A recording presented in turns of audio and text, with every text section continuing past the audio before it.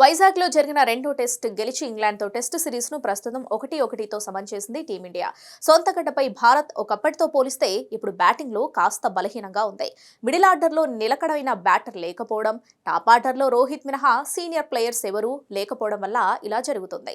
ముఖ్యంగా విరాట్ కోహ్లీ లేని లోటైతే స్పష్టంగా కనిపిస్తుంది. వ్యక్తిగత కారణాలతో సిరీస్ తొలి 2 మ్యాచ్లకు దూరంగా ఉన్న విరాట్ కోహ్లీ ఇప్పుడు మిగతా మ్యాచ్లు కూడా ఆడే అవకాశం లేదని తెలుస్తోంది.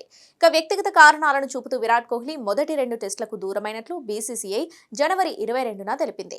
హైదరాబాద్లో జరిగిన మొదటి టెస్టుకు ముందు జట్టులో చేరి అకస్మాత్తుగా వెనుదిరిగి వెళ్లాడు. అప్పటి నుంచి మళ్లీ బీసీసీఐ దీనిపై ఎలాంటి కామెంట్ చేయలేదు. ఇప్పుడు బీసీసీఐ అధికారులు, సెలెక్టర్స్ గురువారం రోజు సమావేశమై మిగతా టెస్టులకు తుది జట్టును ఖరారు చేయనున్నారు. ఈ సమయంలోనే తొలి 2 టెస్టులకు అందుబాటులో ఉండకపోవడం గురించి కోహ్లీ సమాచారం ఇచ్చినట్లు చెప్పిన బీసీసీఐ అధికారులు ఆ తర్వాత బోర్డు లేదా టీమ్ మేనేజ్మెంట్ కు ఏ అప్డేట్ ఇవ్వలేదని చెప్పినట్లు ఓ మీడియా పేర్కొంది. విరాట్ తిరిగి భారత జట్టులో ఎప్పుడు చేరతాడో అతడే చెప్పాలి. ఇప్పటివరకు అతడు ఏ సమాచారం కూడా ఇవ్వలేదు. కానీ అతడు ఎప్పుడు ఆడాలనుకున్నా జట్టులో మాత్రం చేరతాడు అని ఓ బీసీసీఐ అధికారి కామెంట్ చేశాడు.